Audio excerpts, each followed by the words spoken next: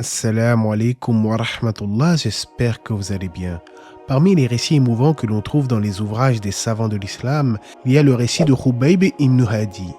C'était un grand compagnon du prophète alayhi salatu wassalam, qui n'a pas flanché malgré d'atroces tourments infligés par les ennemis de l'islam. Si vous ne connaissez pas son histoire en profondeur, c'est l'occasion d'en apprendre un peu plus, alors ne quittez pas, on en parle tout de suite après la petite intro.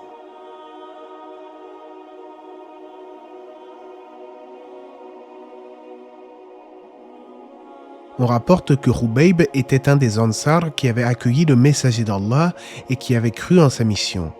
Les Ansar, pour rappel, ce sont les compagnons du prophète alayhi salatu wassalam originaires de Médine, à contrario des compagnons ayant émigré depuis la Mecque, que nous appellerons plutôt les Muhajiroun.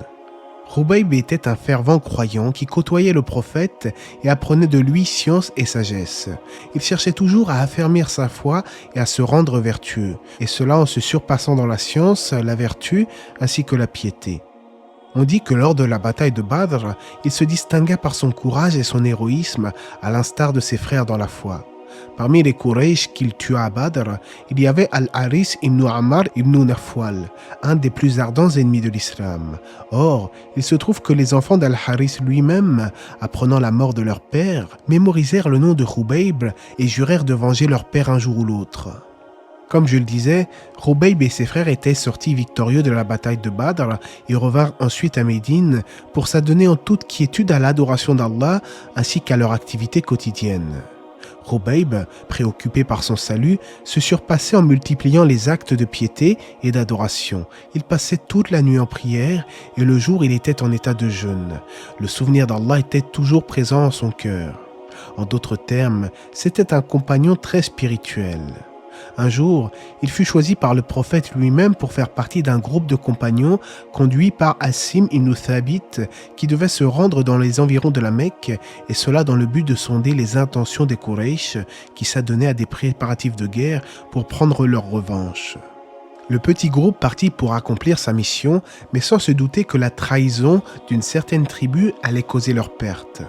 En effet, les 10 compagnons formant le groupe furent pourchassés par les gens de la tribu Hayyan qui lancèrent à leur trousse 100 de leurs meilleurs archers dans le but de les dépouiller de leurs biens et de les vendre en tant qu'esclaves. Les musulmans réussirent à semer leurs poursuivants, mais pas pour longtemps, hélas.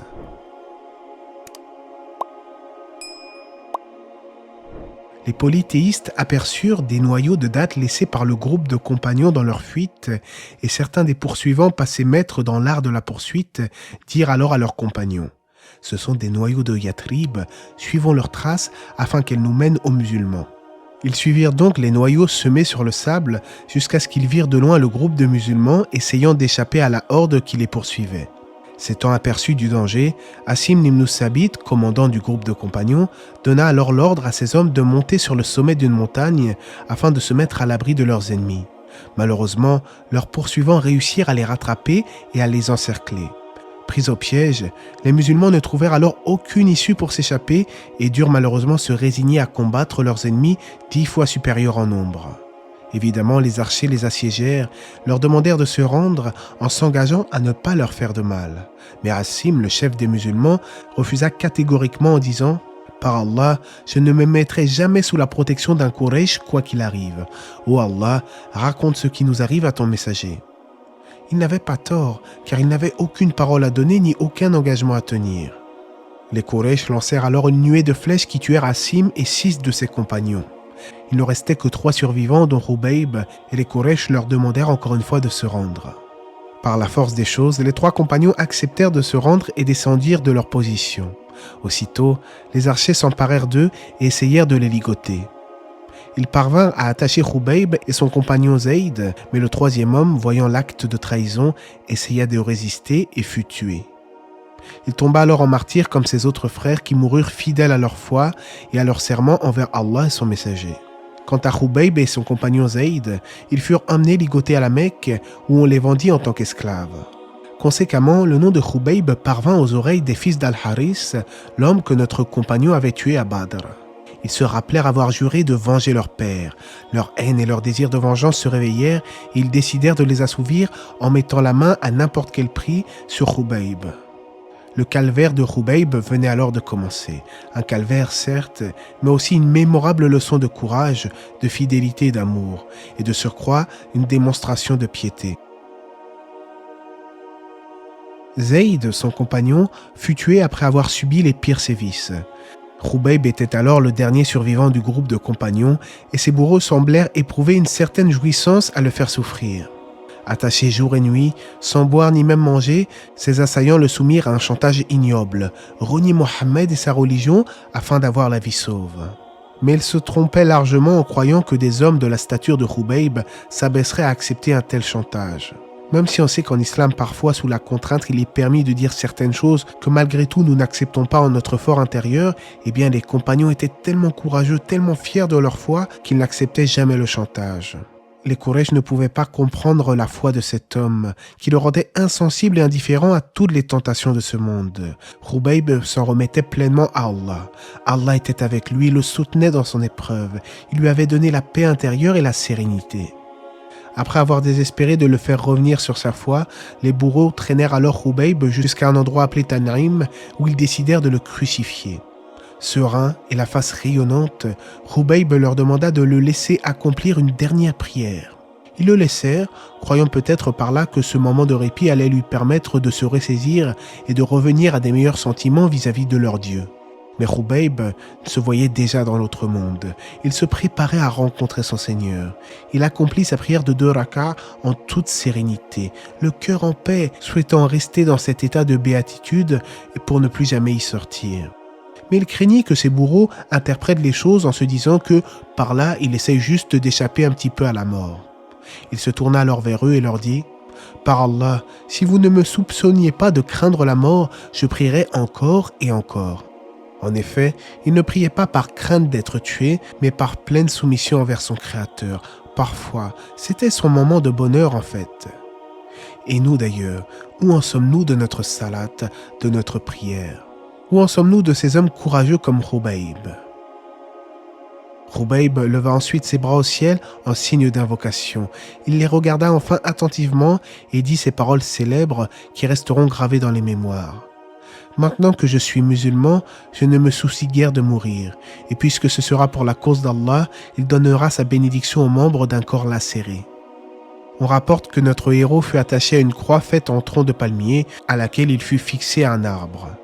Et son supplice commença alors. Ses bourreaux en firent la cible de leurs lances et l'objet de leur sarcasme. Mais lui n'avait aucune attention pour eux. Il eut cependant une réaction lorsqu'on lui dit « Est-ce que tu aimerais que Mohammed soit à ta place ?» Et alors il répondit « Par Allah, je n'aimerais pas qu'il soit atteint ne serait-ce que par la piqûre d'une épine, alors que moi je suis avec ma famille et mon fils, c'est-à-dire en sécurité. » Cette réponse sublime inspira à Abu Sufyan, qui n'était pas encore musulman, ces propos. Jamais je n'ai vu des hommes aimer l'un des leurs comme les compagnons de Mohammed aimaient celui-ci. Et les agresseurs s'acharnèrent alors sur le corps de leur victime. On dit même que certains associateurs des Quraysh lui arrachaient des morceaux de son corps. A'oudou billah. Avant de rendre l'âme à son Seigneur, Khubayb invoqua une dernière fois en ces termes. « Ô Allah, nous avons accompli la mission de ton messager, informe-le de ce qui nous arrive. » Le Seigneur exauça alors l'invocation de son serviteur. En effet, le messager d'Allah, alayhi salatu wassalam, qui était assis en compagnie de ses compagnons dans la mosquée de Médine, reçut par inspiration la nouvelle du supplice de Khubayb et de ses frères. Aussitôt, il appela Al-Miqdad ibn Ammar et Zubayb ibn al-Awam et les envoya vers le lieu du supplice où le corps de Khubayb était encore crucifié. Les 2 compagnons prirent leurs montures et se dirigèrent vers le lieu indiqué. Le corps de Khubayb était alors sur la croix. Ils le firent descendre avec douceur et l'ensevelirent dans une tombe creusée à même le sable. Son corps retourna à la terre, certes, une terre perdue dans l'immensité du désert de l'Arabie, mais son souvenir, lui, restera impérissable à jamais. Tels étaient les compagnons du prophète, alayhi salatu wassalam, qui favorisaient avant tout l'amour d'Allah et de son messager sur leur propre sécurité et ne craignaient nullement la mort. En effet, ils savaient que de toute façon, la vie est éphémère et que ce bas monde n'est pas notre but ultime et qu'il n'y a rien de meilleur que de rencontrer son Créateur. Bien entendu, cela ne veut pas dire qu'il faut souhaiter mourir, mais plutôt que dans les moments les plus difficiles de la vie, le croyant doit accepter son décret et s'en remettre pleinement à Allah. Allah c'est mieux, j'espère que cette vidéo vous aura été profitable, qu'Allah augmente notre foi et nous facilite. N'hésitez pas à partager cette vidéo, que la paix et les bénédictions d'Allah soient sur le prophète, sa famille et ses compagnons.